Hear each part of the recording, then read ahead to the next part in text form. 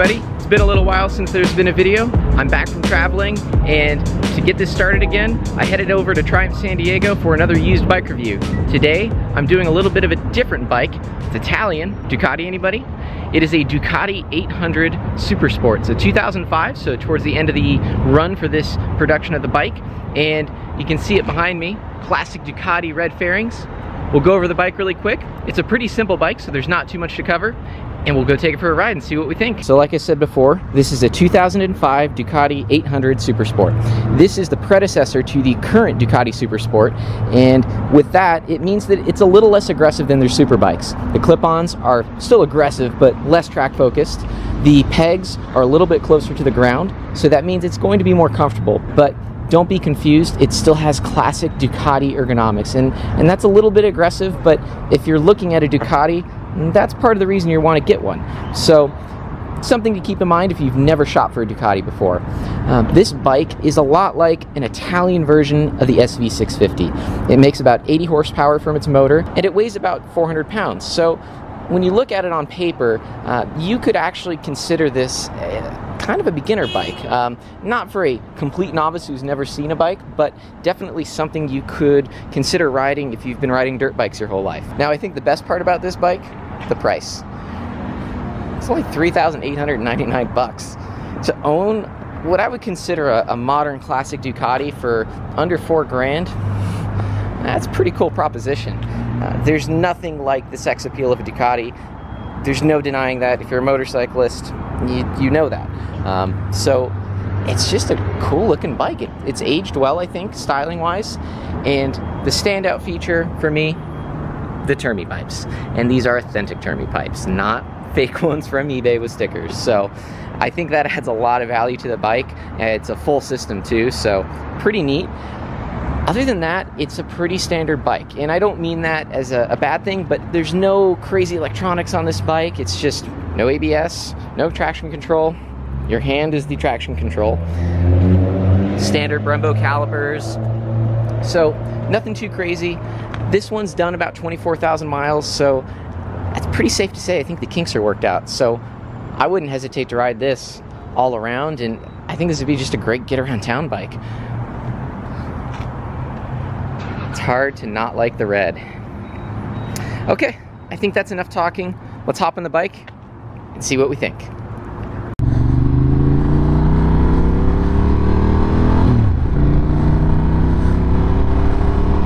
Classic Ducati sound.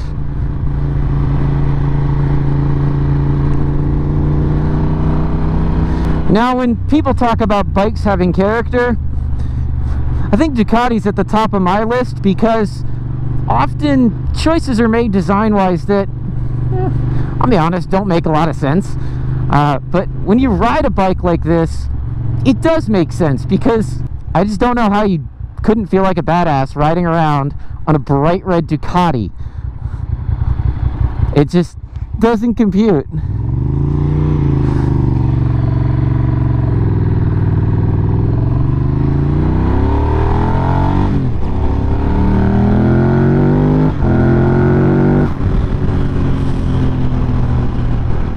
Great amount of mid-range.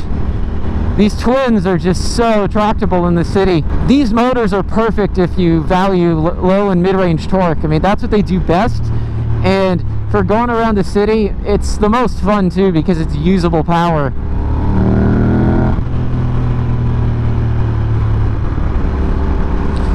The suspension so far is pretty plush. I mean, it's firm, but it's also not, you know, beating me up. This is a pretty bumpy road.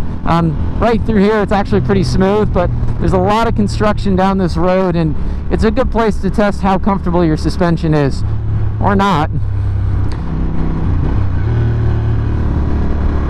Now, this bike is very old-fashioned, and it's also kind of crazy to call a bike from 2005 old-fashioned, but there's no gear shift indicator, there's no TFT dash, there's no gear position indicator either, so you have to kind of keep track of things the old-fashioned way. Now, who is this bike for? I think it's a little early to define that in this review, but that's something I want to be thinking about while I'm riding. Who's going to look at this bike?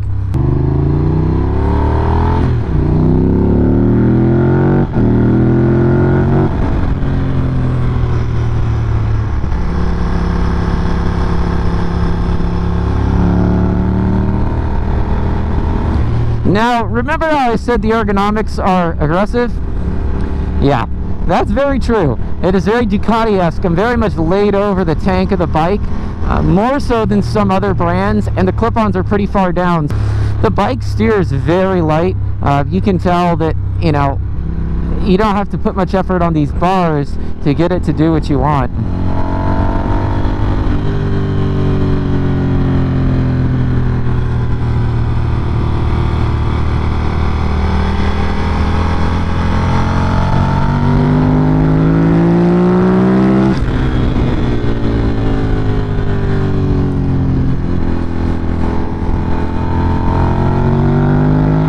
This is the perfect amount of power.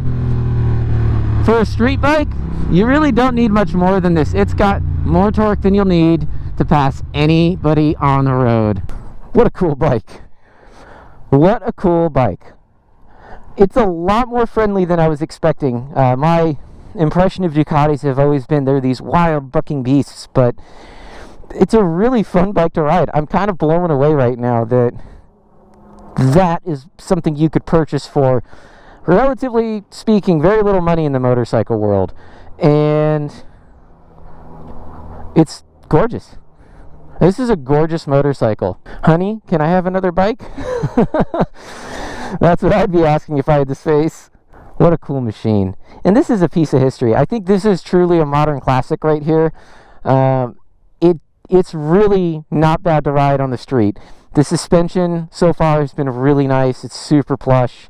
It's still sporting, so, you know, it doesn't ride like a cruiser, but, you know, for what it is, for being a sports-oriented bike. I really like the banana seat because if you have a passenger, it's more comfortable. They have a grab handle, so you could actually go out on a Sunday ride with your significant other and, you know, not be in complete pain. Because you do lean pretty far forward on this bike, so I think that's important, so your passenger takes off, you know, pressure and weight from you as much as possible. I just realized this bike actually has a hydraulic clutch, and the reason I noticed, I was just kind of pushing the bike around low speed in that parking lot, and I thought, wow, the clutch lever is really light. Most older bikes don't have a clutch lever that light. I think it's pretty cool that it has a hydraulic clutch.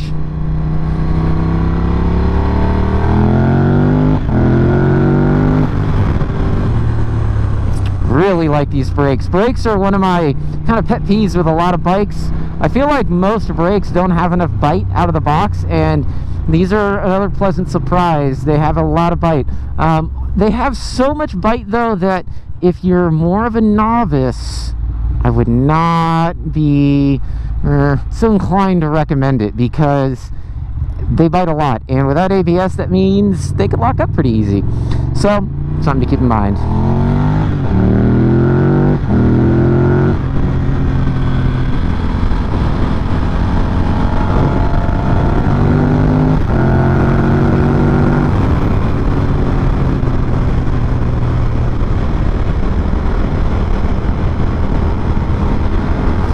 Now the other thing is this bike is air cooled, so it does throw off a bit of heat in that stop and start traffic.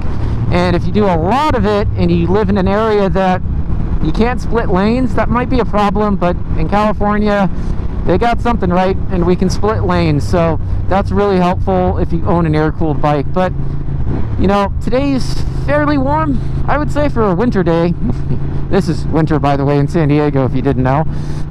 Could be worse, but it's about 72, 75 degrees, pretty dry, and sitting at a couple stoplights on this, I definitely started sweating. So a little different. I've had pretty much all liquid cooled bikes, actually all of them have been, and you know, it just takes some getting used to. So back to that original question, who do I think is the type of person that would buy this bike?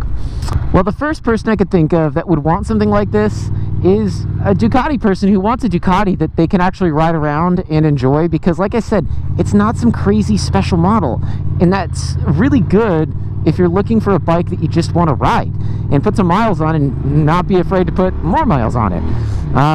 So that's number one. Number two, I'm hesitant to say this, but I still feel this way as I conclude this little test loop. I think a beginner could do this, and I'm going to put a caveat there. I think a beginner who's ridden dirt bikes as a child, or you know, somebody who's been on some form of two-wheeled machine could do this as their first bike. It's about as fast as an SV650, and I've known plenty of beginners who started on that type of bike or that power level of a bike and been okay. But if you're a beginner and you start on a bike like this, get ready to bust out some tools and learn how to maintain it, because you're going to need to maintain a bike like this. And I'm not saying that you need your tools because it's going to break. You just have to maintain these types of machines more, and that's how you keep them running for 24,000 miles like this. This bike runs great. High mileage bikes, don't be afraid if they've been maintained like this. This one's going to have less problems than a low mile bike that's sat around its whole life, so keep that in mind. And before we get back to the dealer, I want to say thank you to Triumph San Diego again.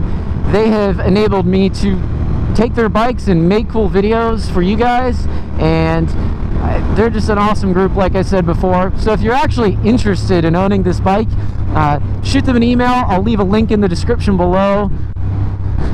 This bike needs to find a good home. This is a cool piece of history, and I think it's the perfect Ducati for somebody who wants to actually ride and, you know, just have some fun.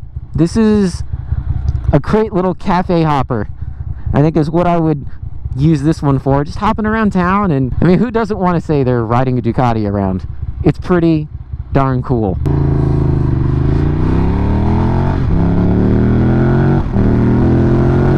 Plus, you get a soundtrack like that to just make your day that much better. Alrighty, everybody. Hope you enjoyed this one. More bike reviews are coming soon. There'll be more car content before you know it.